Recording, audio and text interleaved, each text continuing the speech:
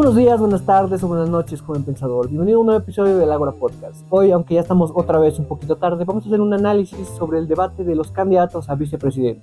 Esta vez para analizar y ver si realmente entienden lo que se debe hacer como vicepresidente, cuál es el rol del vicepresidente, siempre sin el afán de aludir a ningún candidato. Todo contra las ideas, nada contra los candidatos. Empecemos. Vamos con Juan Pablo Velasco. Él lo primero que propone es pasar de una democracia representativa a una democracia participativa digital. Algo curioso con las propuestas de Juan Pablo Velasco es que siempre las pone bajo la mira de lo que él decide mostrar como su única gran hazaña, ¿no? La creación de estas dos aplicaciones en el ámbito digital. Que aunque sí es un gran mérito, vamos a decir, no debería, en mi opinión, representar suficiente muestra de capacidad e interés para poder ser la mano derecha del líder político de la nación. El Congreso ya no será un espacio cerrado, será un espacio abierto que estará bajo la mira de todos, dice Juan Pablo Velasco. A ver, la Asamblea no es un lugar cerrado como tal. El Reglamento General de la Cámara de Diputados establece libre acceso para las personas para que puedan escuchar y ver las sesiones desde el palco, aunque tenemos que decir que no es muy frecuente que asistan porque siempre se requiere la autorización de presidencia. Sin embargo, todas las sesiones están transmitidas en vivo mediante Facebook y YouTube para que todos podamos verlas. Así que en este punto no sé muy bien qué es lo que está tratando de decir. Algo con lo que complementa esta idea es la idea de gobernabilidad digital, Congreso abierto y participativo de forma digital. ¿Qué es lo que pasa aquí? Si bien el reglamento general nos dice que una de las formas de proponer proyectos es la iniciativa ciudadana, esta se interpreta como iniciativa ciudadana a través de sus representantes. Si hablamos más específico de diputados y más específico todavía de diputados uninominales, porque solo imagínense el número de proyectos que habría, muchos mal guiados, mal redactados, mal enfocados. Realmente saturaríamos la asamblea si dejamos este libre albedrío de iniciativa ciudadana a todo el mundo. Ahora bien, si no se refiere a eso, los llamados a ser los generadores de consenso y viabilización del proyecto del partido con mayoría dentro de la asamblea son los parlamentarios. Y se supone que nosotros como pueblo elector ejercemos nuestra participación al elegirlos a ellos. Y ellos deberían ejercer la representatividad en la Asamblea Legislativa, sino para qué existe. Esa es la democracia participativa y representativa, ya la tenemos hace mucho tiempo y además lo expresa nuestra Constitución. Algo que veo que también pretende implementar con esto es un tipo de interpelación ciudadana a los encargados de interpelar al Ejecutivo bajo nuestros intereses. Aún así, este tipo de participación y control digital a menudo no pasa del comentario de una persona que esté viendo la transmisión en vivo por Facebook o YouTube. Y en un extremo caso, la solicitud de revocatoria de mandato de este asambleísta, pero vamos, esto ya existe, no es algo que sea necesario implementarlo. Lo interesante es que a él lo muestran todo el tiempo como el joven innovador. Lo curioso es que en todo lo que ha dicho nunca ha dado ninguna propuesta nueva ni innovadora. Y además en ningún momento habla de gobernabilidad. El último punto que creo que vale la pena señalar de Juan Pablo Velasco en sus propuestas es lo que dice del voto nominal, ¿no? Él dice no más voto secreto porque eso es algo que le hace daño al país. Lo curioso es que él presenta esto como una propuesta cuando de nuevo es algo que ya existe. A ver, en la Asamblea Legislativa existen 4 tipos de voto. El voto por signo, que es levantar la mano, ponerse de pie. El voto por escrutinio, que es el único que debería ser secreto, que es similar a las ánforas. El voto electrónico, que aunque no debería ser secreto en esta Asamblea Legislativa, hacen lo que les da la gana y lo toman como secreto. Y además creo que Juan Pablo Velasco también quiere implementar un tipo de voto electrónico, aunque ya existe. Y por último está el voto nominal, que es el voto donde el asambleísta, además de votar, tiene que justificar su voto. Ahora, centrados en el Reglamento General de la Cámara de Diputados, que también rige para la Asamblea Legislativa, el tipo de voto a usarse en una sesión se tiene que decidir en el Pleno, se debería decidir en el Pleno. Digo debería porque actualmente no pasa, ¿no? Pero eso lo vamos a explicar un poquito más adelante. Por lo tanto, la propuesta debería ser, creo yo, un ajuste del reglamento para dar obligatoriedad de voto nominal en ciertos proyectos u aprobaciones. Sobre Juan Pablo Velasco poco más hay para decir, ¿no? Al igual que Tuto no ha evolucionado absolutamente nada, aunque él sí debería haber evolucionado. No responde lo que le preguntan, no pregunta cuando tiene que preguntar y de nuevo como Tuto parece que fue a formar alianzas, ¿no? Y aquí vamos a hacer un pequeño paréntesis, porque es evidente que todos estos candidatos tienen asesores que se deberían encargar de asesorarlos para poder hacer el mejor papel en este tipo de eventos, y además de introducirlos lo más posible a la realidad boliviana. Ahora, aquí la pregunta no es si lo han logrado o no, ya sabemos que no, la pregunta es quiénes son sus asesores y qué están tratando de hacer, porque no creo que estén cumpliendo su trabajo, o sea, politiquería, demagogía no debería ser la estrategia para mostrar a estos candidatos, y además me parece un síntoma muy precoz de derrota mandar a los candidatos a hacer alianzas. Este era el momento exacto para que Juan Pablo contradiga todo lo que se ha dicho sobre él, pero solamente lo ha confirmado. Estaba extremadamente nervioso, su comunicación no verbal lo evidenciaba todo el tiempo y esto era horrible. Tenía la misma seguridad que yo cuando intento hablar chino y leía todo el tiempo algo que considero debería controlar el canal, porque no solo él, todos han ido a hacer lectura. No saben de lo que están hablando, se desvían todo el tiempo y aquí hay dos opciones. El debate no tuvo reglas más allá del tiempo o el canal ha hecho un trabajo excelente en mostrarnos la falta de capacidad y preparación que tienen estos candidatos. Volviendo a Libre, parece que les gustan los extremos, ¿no? Tuto es el que más repite su discurso y si bien el debate parecía más un guión que un debate, Juan Pablo Velasco era el que menos podía separar los ojos de la hoja. Vamos con Medrano. Si bien él no fue el peor, considero que ha sido el que menos dispersa tenía la cabeza en ciertos puntos. Politiquero a más no poder, pero vamos, todos tienen al menos uno en sus partidos o alianzas, aunque sí sorprende que en este caso sea el candidato a vicepresidente. Para empezar, él tiene una lectura muy inexacta y sesgada del socialismo, que aunque coyunturalmente es validada y aceptada, sigue siendo inexacta. Por otro lado, su indignación y lectura de la operativización instrumentalizada de la política y los actores políticos en Bolivia, que naturalizan la corrupción y la falta de idoneidad en cualquier cargo por parte del movimiento al socialismo, aunque muy mal relacionada, es totalmente válida. Incluso la comparto en cierto nivel. Así que en ese punto vamos bien. Por otro lado, él dice, estamos cansados de los pactos, haciendo alusión a estos famosos maletines negros, ¿no? Pero considero que esto no lo ha explicado muy bien y sí debería entenderse muy bien. Dentro de la Asamblea Legislativa existen dos formas de tener apoyo para la aprobación o rechazo de un proyecto o propuesta. Una, a través del consenso que constituye la gobernabilidad, que no es más que alinear todas estas ideologías y propuestas presentadas por diferentes partidos políticos en torno al partido político con mayoría absoluta dentro de la Asamblea Legislativa o a cualquier proyecto que se esté presentando en ese momento. Y la otra forma, mucho más naturalizada en Bolivia, es la de los pactos. Este acto donde no se llega a un acuerdo dialéctico partidario, sino más bien a un acuerdo de intercambio, pero por simples intereses. Un parlamentario no apoya o rechaza una propuesta en torno al impacto material de esta propuesta, sino a su beneficio personal. ¿Y cómo camuflan esto? Con el voto secreto. Así nunca sabes quién ha vendido su voto. Incluso el más escandaloso puede estar con el voto vendido y su escándalo es simplemente para maquillar. Volviendo a Medrano, otra cosa que él dice es vamos a modificar el reglamento de la Asamblea Legislativa. Y yo pensé, por fin una propuesta material que genuinamente estaba dispuesto a apoyar por 2 segundos. Porque luego dijo por qué y en qué quiere modificar el reglamento. Él insinúa que la modificación será para mover las sesiones bajo el criterio de departamento afectado o involucrado con la ley a aprobar. Esto para mí es desalentador porque no representa ninguna intención de propuesta materialista y mucho menos un cambio desde ninguna perspectiva. Es una propuesta totalmente idealista que además generaría convulsión del sector o departamento involucrado y con eso la coerción que puede ser instrumentalizada para la o no aprobación de algún proyecto o ley. Pero también me parece gracioso porque si hay algo que defiende esta alianza y bueno, todas las alianzas en general, es la reducción del gasto público, en mayor medida, en menor medida, con uno o con otro nombre, pero al final sigue siendo lo mismo. Lo curioso aquí es que una modificación de este tipo y con este fin generaría todavía más gasto para la Asamblea, porque para mover a los diputados para la aprobación de una ley y a los senadores para la sanción o viceversa, necesitas recursos, necesitas pasajes, necesitas viáticos, gastos de alimentación, hospedaje, entre muchas otras cosas más, que definitivamente va a pagar la Asamblea porque nadie quiere coser con esos gastos, lo que se traduce no en la reducción del gasto, sino en el incremento del gasto. Otra contradicción más. Un poco más con Medrano. Todos se vieron sus ataques con intención de desprestigio al adversario, pero vamos, eso no es política y mucho menos es debate. Vamos con Mariana Prado. Me sorprende que hable de los fracasos de los gobiernos anteriores, cuando el movimiento al socialismo del que ella fue parte, lo único que hizo de forma increíble fue fracasar. Y me encantaría poder decir que al menos lo hicieron intentando realmente mover a la población hacia el socialismo como sugiere su nombre, o al menos intentando incursionar en él. Porque si así hubiese sido, al menos tendríamos un pequeño aprendizaje de todo esto. Pero ellos de socialistas apenas tienen el nombre, ¿no? Fracasaron sin siquiera intentar ser socialistas. Lo hicieron gastando al tiempo que iniciaban y hacían una revolución indígena cultural de reivindicación de valores que solo funcionan en su cabeza. Pero sí fueron expertos en algo, ¿no? En inocular su narrativa a la masa boliviana.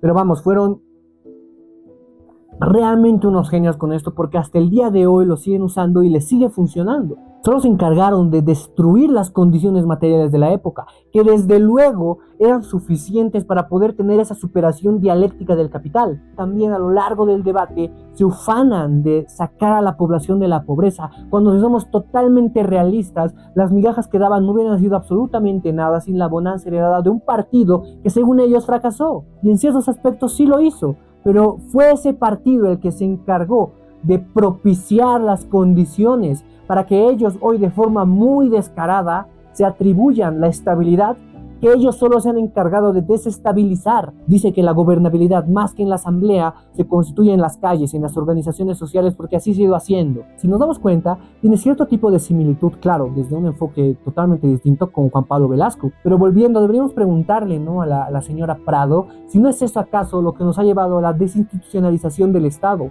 a la pérdida de honorabilidad de la asamblea, la caída de la representación, la ambigüedad general que hoy estamos viviendo. Y otra pregunta, ¿no? ¿Qué de todo eso que dice ella se hizo? No fueron más que actos partidistas autopoyéticos que maquillaron de gobernabilidad integral. Algo de eso, en cualquiera de sus puntos, realmente representa la teoría u ontología marxista de forma genuina y no ambigua. Si hoy Bolivia es un caos, si se encuentra en coma en cuanto a criterio, propiciando la salida de estos actores políticos muy cuestionables en cada una de las alianzas, es por esto. Otra cosa que dijo es, tenemos que parar la judicialización de la política. Miren, si los candidatos se hubieran esforzado un poquito más en hacer su tarea y hubieran investigado el pasado de sus adversarios para poder citarlo como característica, sin caer en el desprestigio politiquero, desde luego, podrían haber usado ese pasado para hacer notar a la población las contradicciones que tiene esta persona dentro de su discurso, teniendo en cuenta que Mariana Prado siempre fue la pionera en judicializar la política. Poco más con Mariana Prado, tiene propuestas muy contradictorias, no con su línea, porque ya hemos visto que una línea como tal no siguen, sino con su propia narrativa de equidad. Porque otra cosa que propone Prado, en simples palabras, es la discriminación en cuanto a subvención de carburantes, es decir, para unos sí, para otros no, que para empezar va contra la Constitución. De todas formas, considero que algo así sí podría proponerse, incluso implementarse, pero desde luego no como lo ha dicho ella, ¿no?, con un enfoque y argumentos totalmente distintos. Vamos con Lupo. Él entiende un poco mejor lo que es la gobernabilidad, sin embargo, pone por encima de todo la supremacía del Estado de Derecho, que no sé si la mayoría lo entienda, pero yo lo veo y lo interpreto con base en Althusser, cuando habla de los aparatos depresivos del Estado y los aparatos ideológicos del Estado. El Estado de Derecho es en el segundo, que pone al individuo en aparente libertad, pero en realidad este individuo está encerrado en procesos de dominación cíclica a partir de la ideología. Pero después vamos a tener más tiempo para poder desarrollar a profundidad todos estos conceptos. Por otro lado, él habla de la generación de conciencia, ¿no? Esta es una propuesta totalmente idealista, propuesta centrada en que la idea de procesos transparentes puede cambiar, puede revolucionar la materialidad, transformando ciertos tipos de relaciones en el proceso de gobernabilidad. Esto para nada funciona así. Primero debemos centrarnos en cambiar, en adecuar las condiciones materiales para que con estas condiciones ya adecuadas podamos transformar y revolucionar ciertos tipos de relaciones en el proceso de gobernabilidad. Nada más rescatable con Lupo, un poco más que decir. O bueno, aunque estaba muy incómodo, el eslogan de los 100 días le sale mucho mejor a él que a Samuel Doria Medina. Eso sí es totalmente cierto. Con esto terminamos el primer eje del debate, ¿no?, y una vista general de todo lo que han ido diciendo los candidatos. Sin embargo, considero que en este eje se debería haber terminado todo, porque es justamente este eje el que constituía la mejor oportunidad para proponer soluciones materiales reales, centradas en revolucionar las condiciones materiales y de relacionamiento dentro de la asamblea, porque no van a poder operativizar absolutamente nada sin centrarse primero en transformar, en cambiar este proceso de relación e interpretación desde lo material. Y no está de más aclarar que con material no me refiero a sillones más cómodos u oficinas más grandes, como estoy seguro algunos pueden estar pensando. Me refiero a encontrar todas estas contradicciones, estas falencias que perpetúan este comportamiento hegemónico de ambigüedad y libre albedrío que claramente germina en la destrucción de esta institución y la pérdida de su honorabilidad, para después de encontrarlas, tratarlas desde las bases, desde la materialidad de lo que es, no de lo que queremos que sea o lo que debería ser. Y eso lo logramos con una reforma completa del Reglamento General de la Cámara de Diputados, que como ya le he dicho antes, también rigen las sesiones de asamblea. Para eso debemos saber y entender que este reglamento, siempre muy fiel a la ideología de caos de los gobernantes actuales, es muy ambiguo. No es nada claro ni preciso. Cada quien puede interpretarla como le convenga o como le venga en gana. Y eso es lo que han hecho. Si hoy en la Asamblea Legislativa la principal formación requerida es en práctica de boxeo y gritos, es justamente por esto. Porque hacen lo que quieran con ella. Por ejemplo, la administración espacial y presupuestaria de la Asamblea debería estar bajo el mando y control del vicepresidente. Hoy, por un acuerdo interno, se turnan entre cámaras para administrarla porque no existe una norma que regule esto. Viene Yugra en esta gestión y elimina el convenio. Por dos razones. Uno, ebrio de poder, quiere hacer lo que le viene en gana. Y dos, quiere ser él quien tenga y controle los 11 millones destinados a la Asamblea. Por otro lado, lo que decíamos del voto. El tipo de voto a usar debería ser elegido y decidido por el Pleno. Sin embargo, llega el presidente de la Cámara y, amparado en su rebuscada interpretación de las atribuciones de la presidencia, manda al Pleno por un tubo e impone el voto que mejor le convenga en este momento o el que se le antoje. El reglamento nos dice que el presidente debe guiar, solamente guiar las sesiones. Jamás menciona su decisión determinante y absoluta en esa sesión. Ahora bien, el único voto que debería ser secreto es el voto por escrutinio. Sin embargo, el voto electrónico también lo hace en secreto. ¿Y por qué?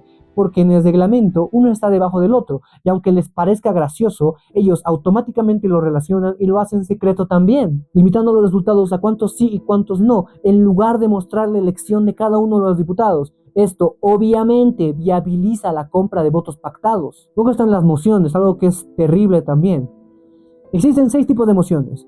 2 de ellas son las que abusan e interpretan como les viene en gana: la moción previa y la moción de dispensación de trámite. La primera es por la cual podemos poner en conocimiento de la sala algún tema distinto al que se encuentra en debate. Esto funciona para aclaraciones, para reconocimientos posteriores, para temas complementarios mínimos que podamos añadir al final, cuidando siempre nunca desviar abismalmente el tema de debate central, quitándole protagonismo y relevancia, ni tampoco cambiar o modificar por completo el orden del día. Pero llegan presidentes tan desgraciadamente maquiavélicos y tan centrados y enfocados en cumplir sus órdenes a costa de lo que sea, que instrumentalizan esta moción. Lo usan para cansar al pleno, porque bajo la moción previa hacen que los asambleístas hablen de lo que les venga en gana. Incluso los que inician son enviados a usar sus 15 minutos para aludir a otro, que luego por alusión hace una réplica. Así todos hablan, todos se aluden, todos se responden. Y pasan horas y horas de moción previa. ¿Cuánto aguantarías tú?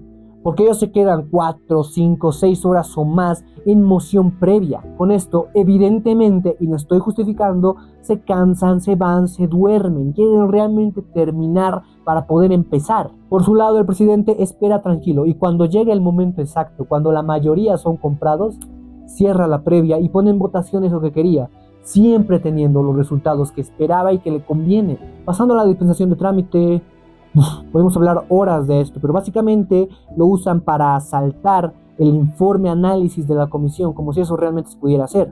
Y todo una vez más porque el reglamento no fue claro. Así podemos pasarnos el día entero hablando de su ambigüedad y su necesaria reforma. La implementación de un manual de técnica legislativa. Cada nivel de gobierno lo tiene menos la asamblea. La distribución de los presupuestos. ¿Cómo es posible que se tenga el mismo presupuesto para ambas cámaras cuando existe una evidente y abismal brecha física? Los diputados de pasillo. ¿Cómo es posible que teniendo 12 comisiones con distintos números de comités y un edificio enorme, aún existan diputados de pasillo? ¿Por qué un asambleísta no es sancionado por transfugio cuando evidentemente apoya a otro partido? Incluso es candidato de ese otro partido o alianza. Todo allá adentro es un lío.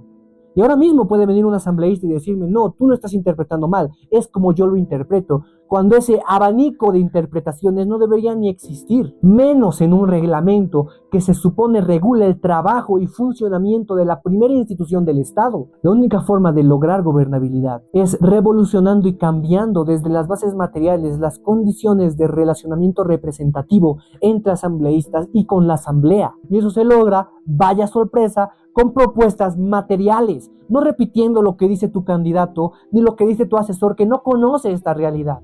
Ese es el trabajo del vicepresidente, eso es lo que deberían estar diciendo en sus propuestas, pero nadie lo dice. El segundo eje del debate es la agenda legislativa inmediata. Perfecto, qué bonito guión, pero amigos candidatos, ¿cómo esperan concretar ese guión si no tienen las condiciones materiales adecuadas para poder viabilizar esos proyectos? No se puede, van a encontrar un muro antes que la salida. Poco más de este debate, o qué digo debate, examen de lectura, porque eso de debate no tiene absolutamente nada.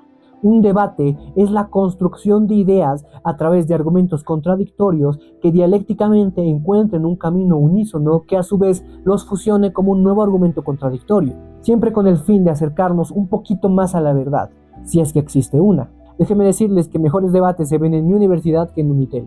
Hasta que llegamos con este análisis. Y bueno, creo que hoy me he centrado mucho en encontrar y sacar todo esto lo que está mal, ¿no? Y limitar mi propuesta a la modificación del reglamento de la Cámara de Diputados. Sin embargo, en Ágora, no soy solo yo, somos un equipo completo, ya tenemos una propuesta de reglamento, de técnica legislativa, entre otras, que claramente vamos a compartir, pero en otro momento. Porque en Ágora, todo lo que observamos, todo lo que analizamos, todo lo que aprendemos, lo hacemos con el fin de aplicarlo y cambiarlo. Al final del día, somos materialistas. Si te ha gustado este video, no olvides darle me gusta y suscribirte para siempre estar al tanto de los siguientes capítulos. Con este materialista será hasta la siguiente. Chao, chao.